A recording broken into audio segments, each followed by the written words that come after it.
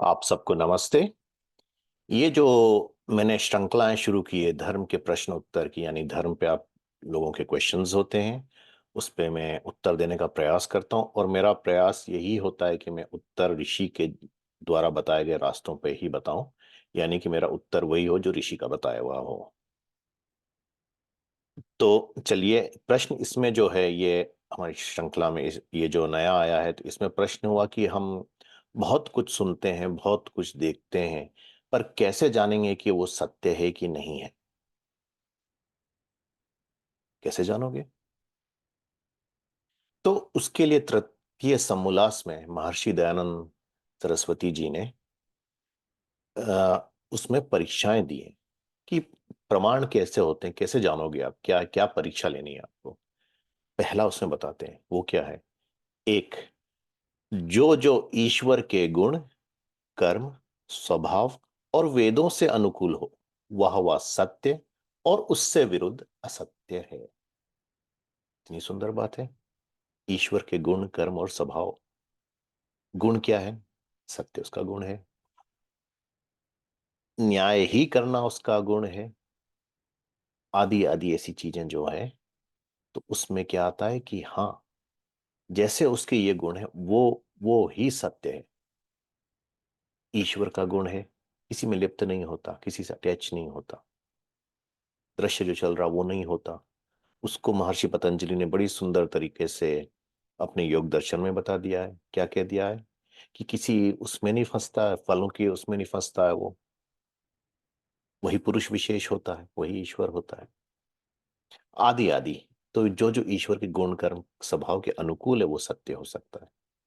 यानी कि ईश्वर को आप ये नहीं कहोगे कि हे ईश्वर, मैंने तुझे लड्डू चढ़ा दिए हैं, तुझे इतने लड्डू दे रहा हूं तो तू मेरा अच्छा कर दे। या ईश्वर, तूने जन्म ले लिया जो आज चल रहा है। लोग कई तरह से बता रहे हैं कि उसने जन्म ले लिया है। छोटे बालक को 15-15 घंटे जगाना अच्छी बात नहीं होती, 20 घंटे जगाना अच्छी बात नहीं होती। तो ये बात जान ले कि ईश्वर को आप सुलाओगे? सोच लीजिए। खैर, समझ जाइए मेरी बातों से, मैं आगे उसमें कुछ नहीं बोलूंगा। तो ये उसका गुण कर्म स्वभाव नहीं है। ईश्वर का चेतन स्वरूप है ईश्वर। उसको आप बांध ही नहीं सकते किसी में। चेतना को क्या बांधोगे आप? और सर्वत्र व्याप्त है, हर एक जगह व्याप्त है वो। उसको आप क्या छोटी सी जगह पे बांध के रखोगे? हर एक चीज में है वो। अगर वो सर्वत्र व्याप्त नहीं होगा, तो अगर वो यहाँ है, दूसरी जगह कुछ और हो रहा है, जैसे मैं मेलबर्न में हूं, तो मेलबर्न में जो हो रहा है, अगर ईश्वर यहाँ है तो इंडिया में नहीं रहेगा। मेलबर्न में जो हो रहा है तो ईश्वर सिडनी में नहीं होगा, क्योंकि वो तो आप एक जगह बता रहे हो उसको। तो ये जानने के लिए उसके गुण क्या है, उसके कर्म क्या, उसके स्वभाव क्या, ये टॉपिक्स पे एक एक करके हम अलग आगे उसमें श्रृंखलाओं में आएंगे। और तो उपासना वगैरह की जैसे जब समझाऊंगा, तो उपासना में लोगों ने कई तरह से कह दिया है। इस सगुण और निर्गुण उपासनाएं क्या होती है, ये मैं अगले उसमें बताऊंगा, इसमें नहीं बताऊंगा। सगुण को लोगों ने साकार कर दिया कि ईश्वर जो रूप लेके आता है उसकी उपासना सगुण उपासना है। और ईश्वर जो नहीं मानते उसको सर्वत्र व्याप्त मानते हैं, उसको निराकार रूप जो मानते हैं उसको निर्गुण उपासना कहते हैं। तो we are full of errors अगर आप ये सोचते हो तो। ऋषियों की बात इस पे नहीं आती। खैर, ये हमारे दूसरे उसमें आएगा, जो आगे क्वेश्चंस में आएंगे। अब दूसरा क्या है इसमें? दूसरा होता जो जो सृष्टि कर्म से अनुकूल वह सत्य, और जो जो सृष्टि कर्म से विरुद्ध है वह सब असत्य है। जैसे कोई कहे, बिना माता पिता के योग से लड़का उत्पन्न हुआ, ऐसा कथन सृष्टि कर्म से विरुद्ध होने से सर्वथा असत्य है। सृष्टि कर्म, laws of nature, immutable laws of nature. आप ये नहीं कह सकते कि ऐसा है तो वो हो सकता है। जैसे कि एग्जाम्पल, ऋषि ने एग्जाम्पल इसमें दिया है कि माता पिता के योग से ही लड़का उत्पन्न होता है, यानी कि संतान उत्पन्न होती है, लड़का या लड़की जो बोलना चाहो आप, संतान की बात हो रही है। तो उसमें लोगों ने कह दिया कि अरे, टेस्ट ट्यूब से भी तो करते हैं, तो क्या आप मेल और फीमेल तत्व के बिना कर देते हो? अच्छे से सोचिए ऋषि क्या कहता है, उसकी आकांक्षा क्या है यहाँ पे। हर कोई अपना बना के मूर्खता नहीं कर सकता। हम अगर अपनी मूर्खता से कहेंगे कि नहीं हम तो यही मानते, ये मानना, तो हम मानते रहे। उससे क्या हो जाता है? जैसे कि सृष्टि का कर्म है सूर्य के उगने से, यानी कि सूर्य के जब पार्टिकुलर पार्ट पे आता है, सूर्य से तो उगता नहीं है, और जब पार्टिकुलर पार्ट अर्थ उसके सामने फेस आती है तो वहां पे प्रकाश होता है, उसको दिन कहते हैं। अब हम कहते हैं कि नहीं, सूर्य के वहां है तो प्रकाश नहीं, वो अंधकार है, हमने आंख बंद कर लिया, हम उसको अंधकार कहेंगे। आप स्वयं सोच ले क्या बोला जाएगा उसको, अगर मैं ऐसा कहूं तो मैं अपने आप को क्या बोलूंगा, स्वयं सोच ले। हालांकि लोग चिढ़ जाते हैं ये बातों पे, पर मैं किसी के विरोध के लिए या किसी को नीचा दिखाने के लिए नहीं बोल रहा हूँ, ये मैं ऋषि की बात समझाने की कोशिश कर रहा हूँ। और ये थोड़े कड़वे शब्द क्यों यूज कर रहा हूँ, वो कड़वे शब्द थोड़े यूज करने से आप अपने आप में देखें, मैं आपके इसलिए किसी का नाम नहीं लेता हूँ, किसी का वो नहीं बताता हूँ कि इसने ये कहा या उसने वो कहा। हालांकि मैं जनरल बताता हूँ कि आज के बाबाओं और ये आपको धूर्त लोग आपको ठगते हैं बता के। दूसरी बात है, जैसे कि हमारे उसमें आता है कि पत्थर, पत्थर बड़ा हुआ, कई पत्थर ग्रो होते हैं। नमक सबसे बड़ा एग्जाम्पल है, नमक, it's a chemical sedimentary rock. विज्ञान नहीं जानते वो, कहते हमने पत्थर को बढ़ते देखा है। कई पत्थर होते हैं जो कि वर्षा के बाद बढ़ते हैं या पानी मिलने पे बढ़ते हैं, पानी के उसमें केमिकल्स होने से जैसे होते हैं। वो सब मैं समझाऊंगा। रोमानिया के छोटी सी गांव में एक है पत्थर जो बड़े होते हैं, उनसे बर्ड्स भी निकलते हैं, अलग अलग भी होते हैं। वो ईश्वर नहीं है, लोग कहते हैं वो चेतन। हाँ, कहानी जरूर उन्होंने बनाई है। क्या कहानी बनाई, उन्होंने कहा कि आप जाके सुनिए तो उसके दिल की धड़कन भी आप सुनेंगे, पत्थर की नहीं। ये सब बनाने को बहुत हो जाता है, लोग कोई छोटी सी बात का बहुत बड़ा बता के, गलत बता के कर देते हैं। अब आप सोच लीजिए, क्या उसमें जीव है पत्थर में? सृष्टि के नियम से चल रहा है वो। अगर हर पत्थर बढ़ता तो सब जगह आपको बढ़ते। दूसरा एग्जाम्पल, हिमालय। हिमालय हर साल बढ़ता है, ऊंचा होता है। क्यों होता है? क्योंकि कि उसकी बेस पे इंडिया है, इंडिया आके उसको पुश करता है, पुश करने से उसको ऊपर की ओर धकेलता है। ये सब विज्ञान की बात है, सृष्टि कर्म के अनुकूल ही है। जब ऐसा होगा तो वैसे बनेगा। हमारे उसमें जो अर्थ होती है यानी पृथ्वी जो होती है, उसका मूवमेंट होता है, अलग अलग जगह होता है, अलग जगह पानी होने से होता है। तो उसको आइलैंड्स वगैरह से बताते हैं। इस सबको मैं विस्तार पूर्वक नहीं समझाऊंगा, ये आप अपने, आप जब जो जो जानना चाहते हैं पढ़ सकते हैं उसके बारे में। ये सब के उत्तर विज्ञानिकों ने दिए हैं। तीसरा, आप्त, अर्थात जो धार्मिक विद्वान, सत्यवादी, निष्कपटियों का संग उपदेश के अनुकूल है, वह वह ग्राह्य, और जो जो विरुद्ध, वह वह अग्राह्य है। अर्थात आप्त, मेरे पिछला वाला आप सुनिए, पिछले जो व्लॉग में मैंने ऋषि किसको कहते हैं वो बताया था, आप उसी को कहते हैं। आप कहते हैं जिसके पास आपती होती है। आपती किसको कहते हैं? तो पृथ्वी से लेकर परमेश्वर पर्यंत जो जो पदार्थ जैसा है उसको वैसा ही जानना, यथार्थ जानना, तो उसको आपती कहते हैं। और जिसके पास होती है वो आप्त होता है। और उसका फिर एक बात और होती है कि वो संसार की भलाई के लिए, संसार के सुख के लिए ही लोगों को सही बात बताएगा।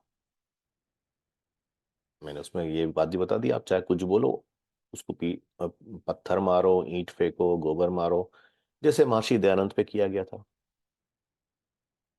पर महर्षि दयानंद ने मानवता की भलाई की ही बात की, कोई उल्टी बात नहीं की है। कई लोग आज कहते हैं ऋषि दयानंद ने तो उल्टी बात कर दी, जो उल्टी चल रही थी उसको उल्टा कर दिया ऋषि ने, सीधा कर दिया। अब आप जान लीजिए कि ऋषियों में विरोध नहीं है, ये बात मैं पहले उसमें बता चुका हूं, तो उसको सुन लीजिएगा व्लॉग को।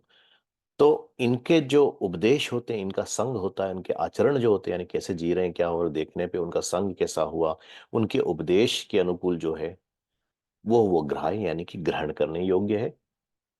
और जो ऑपोजिट होता है वो अग्राह्य है, यानी कि वो छोड़ने के लिए, वो त्याज्य है। क्यों? क्योंकि ईश्वर की वाणी ही ऋषि की उसमें से निकलेगी।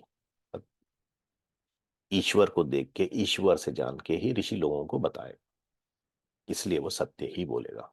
आप तो जो होता है वो सत्य ही बोलेगा, योगी और ऋषि। उनके लिए संसार के समस्त चकाचौंध जो है कुछ मतलब नहीं रखती कुछ। क्यों? उससे ऊपर जा चुके हैं।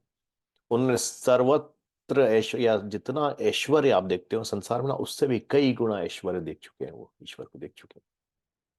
पूरा पुण्य तो कोई नहीं देखता।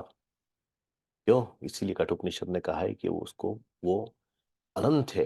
ऋषि ने बताया वो अनंत है, उसको देखा। हाँ देखा ऋषियों ने, पर क्या बताया, वो अनंत है। यानी कि एंड उन्होंने भी पूरा नहीं देखा उसका। तो चलिए, चौथा आता है। चौथा है अपने आत्मा की पवित्रता, विद्या के अनुकूल, अर्थात जैसा अपने को सुख प्रिय और दुख अप्रिय है वैसा ही सर्वत्र समझ लेना। कि मैं भी किसी को दुख व सुख दूंगा तो वो भी अप्रसन्न और प्रसन्न होगा। ये बड़ी सिंपल सी बात है, ये हम साधारण मानव कितनी बड़ी मूर्खता करते हैं हम इसमें अपनी। हम अपने लिए तो करते हैं जो स्वार्थ के लिए, कि हमको अच्छा लगता है तो हम ये करेंगे, पर दूसरे को बुरा लग रहा वो नहीं करते, वो नहीं देखते। हम लोगों की भली बुराई करते हैं, लोगों में बुराई ही देखना शुरू कर देते हैं। तो क्या होता है, उससे हम स्वयं बुरे हो जाते हैं, अच्छे नहीं होते। इसीलिए लोगों के पॉजिटिव पॉइंट्स, अच्छे पॉइंट्स देखना जरूरी है। हाँ, बुराई रोकना भी जरूरी है, उनको बताना भी जरूरी है कि ये बुरा है। पर आप केवल बुराई ही देख रहे हो, उसमें आपको बिल्कुल अच्छा ही नहीं दिख रहा है, तो आप गलत रास्ते पे हो। इसीलिए विद्वानों का कहना है कि अच्छी बातें ही बताओ, अच्छी बातें ही देखो, उनका बुरा देखने की कोशिश नहीं करो कि आप बुरा ही देखते चलो। कबीरदास आदि के दोहे भी इसमें हैं, स्कूलों में पढ़ाए जाते हैं, प्राइमरी स्कूल में इंडिया में। वो सब नहीं बोलूंगा आप, पर ये सब के कि बुरा देखने जो चला था तो कौन क्या बुरा मिला उसको, आदि आदि। पर हाँ ये बात है कि अपनी आत्मा को जो प्रिय होता है, इससे हमको सुख मिलता है, तो जानो दूसरों को भी सुख मिलेगा। यानी कि जैसे हमने चोरी की, मैंने किसी की चोरी कर ली, उसको दुख हुआ, तो मुझे ये जानना जरूरी है कि अगर मेरी भी कोई चोरी करता तो मुझे दुख होता, मेरी चीज ले जाता। इसी तरह दूसरों को भी दुख होता है। मैंने किसी को बहुत भला बुरा कहा, कड़वा बोला। कड़वा बोलने से मतलब सच बोलने से नहीं है, मेरा बोलने का तरीका भी होता है। मैंने उसको नीचा दिखाने के लिए उसके लिए नहीं बोला। अगर वैसे बोलूंगा तो फिर गलत ही करूंगा, क्योंकि मुझे उससे दुख होगा। अगर मुझे ऐसा बोला गया तो उसी तरह दूसरे को बोलने में मुझे उसको भी दुख होगा। तो इसलिए जाने, लोगों में हमेशा पॉजिटिव देखने की चेष्टा करें, प्रयत्न करें, कोशिश करें। क्यों?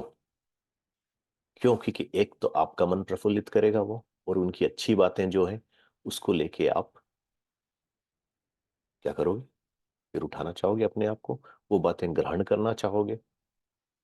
अगर गलत बात पकड़ोगे तो उसकी तरफ से ये साला कुछ नहीं कर रहा, ये ऐसे कर, ये इतना बेकार आदमी, ये वो है, या जो भी है।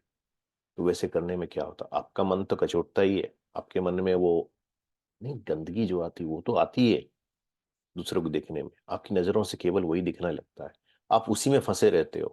किसी की बुराई करने में आप सोच रहे हो कि आपको सुख हो रहा है, नहीं, आप धीरे धीरे कूद रहे हो। जब धीरे धीरे हमारे अंदर बुराइयां और वो सब आती हैं, वो बीमारियां हैं, या तो फिजिकल उसमें निकलेगी या मेंटल उसमें निकलेगी। वो तो होगी ही होगी। यानी कि आप शारीरिक बीमारी आएगी या तो मानसिक बीमारी आएगी, आप वो तो आएगा ही आएगा। इसलिए उस सबसे हटने की चेष्टा करो, तभी आप अमरता की तरफ बढ़ सकते हो। और पांचवी अब बताते हैं। पांचवी, आठों प्रमाण। प्रमाण क्या है? ये न्याय दर्शन की बात है। वैसे प्रमाण योग आदि में भी दिए गए हैं, पर न्याय दर्शन में पूरे आठों के आठों दिए गए हैं। तो इसमें प्रमाणों के नाम बताता हूं मैं। आगे एक एक करके प्रमाण लेंगे उसमें, आगे वाले आने वाले व्लॉग्स में। तो आने वाले व्लॉग में पहले ईश्वर के गुण कर्म स्वभाव के हिसाब से बता के, या सृष्टि कर्म का थोड़ा थोड़ा एग्जाम्पल दे के नेक्स्ट वाले में वो पूरा कर दूंगा। और फिर उसके बाद एक एक प्रमाण पे लेंगे हम। तो आठ प्रमाण क्या होते हैं? प्रत्यक्ष, अनुमान, उपमान, शब्द, ऐतिह्य, अर्थापत्ति, संभव और अभाव। इनको मैं समझाऊंगा नहीं यहाँ, इनको समझाने में काफी लंबा हो जाएगा मेरा व्लॉग। तो इनको मैं एक एक करके लूंगा। पर ये बात जाने कि ये पांच परीक्षाएं जो ऋषि ने दी है, ये पांच परीक्षाएं आप सब चीज पे अपना के देखिए, आपको पता चल जाएगा सत्य क्या है, असत्य क्या है। क्यों? वेदों के विरुद्ध, वेदों में कहीं पे भी विरोध नहीं है। हाँ, अगर आपने Ralph TGH Griffith, Morris Bloomfield, Max Muller आदि इनके भाष्य पढ़ लिए, तब अलग बात है, उसमें आपको मिल जाएगा वो। पर वो ऋषि थे नहीं, मैं ऋषियों की ही बात कर रहा हूँ। ऋषियों का ही पढ़ा लिखे जानिए, और ऋषियों के द्वारा बताया गया ही जानिए, तब आपको अंतर मिलेगा। विद्वान भी बताते हैं, विद्वान ऋषि को उस पर जब तक बताते हैं तब तक ठीक है, जहां अपना बताना शुरू करते हैं तो वहां गलत हो जाता है। तो चलिए, ये 5 परीक्षाएं, क्या परीक्षाएं थी फिर से एक बार दोहराते हैं। ईश्वर के गुण कर्म स्वभाव और वेदों से अनुकूल जो है वो सत्य है, और उसके विरुद्ध असत्य है। सृष्टि कर्म के अनुकूल जो जो है वो सत्य है, उसके विरुद्ध असत्य है। आप्तों का जो उपदेश है, उनका आचरण जो है वो सत्य है, उसके विरुद्ध असत्य है। अपनी आत्मा की पवित्रता, तो जो जो जाना, जैसे जैसे ग्रह किया कि ये अच्छा है मेरे लिए, मेरे लिए तो दूसरों के लिए भी अच्छा, आदि आदि जो है, तो वो सत्य है, और विरोध है तो असत्य है।